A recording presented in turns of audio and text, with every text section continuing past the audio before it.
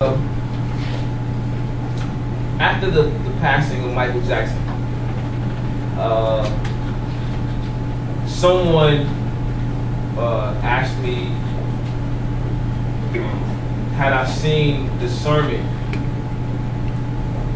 that Minister Farrakhan did about Michael. And I was like, nah. And so they bring me this DVD, and the DVD, the cover says The Crucifixion of Michael Jackson. It's like, so then I was like, you're not gonna believe this. It's like, what? It's like, I have a poem entitled Crucifixion of Michael. And this is it. But, you know, it's not on the CD. My disclaimer.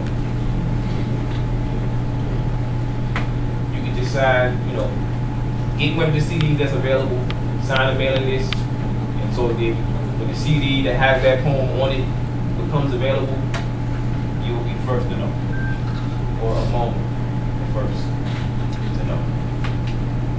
Yeah. This poem.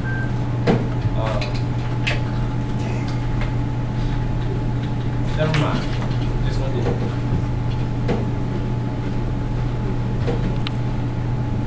Born a guardian angel, messenger of the all, gift giver of sacrifice, him came in song to lay down him life on the altar of artificial light, camera, action. When we had you, we treated you bad, wrong, for years. But since you went away, we sit around with our heads hanging down and we wonder who's loving you like the stage. We snatch from beneath your dancing feet after 4 decades you gave of yourself till it changed the color of your flesh. I saw you fade to ambiguity, the androgynous screamer, walking the moon like Armstrong in giant leaps for mankind, didn't realize the powers you possessed or the powers that possessed you. In superstar dominion, you were chained to the throne, told to battle your demons while everyone watched and applauded. You went nowhere without an audience. I can't imagine being that, being this, introverted without the benefit of privacy. Everyone's eyes on me like knives drawn to cut away pieces of my clothes, my hair, my sanity. Pop culture is a slave trade.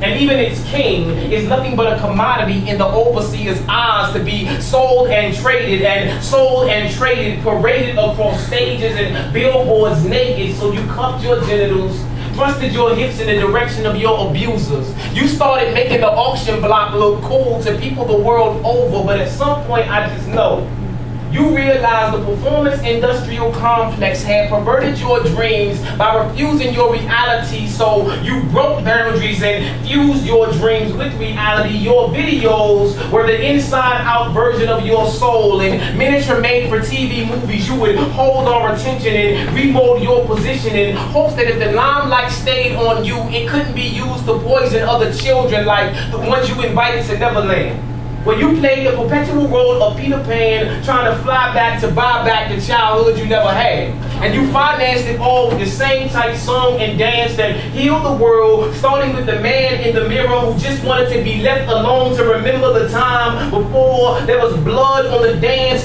floor dripping from your feet and your hands. The smooth criminal crucified beside Yahshua, guilty of being too eccentric, guilty of being too talented, guilty of being too innocent.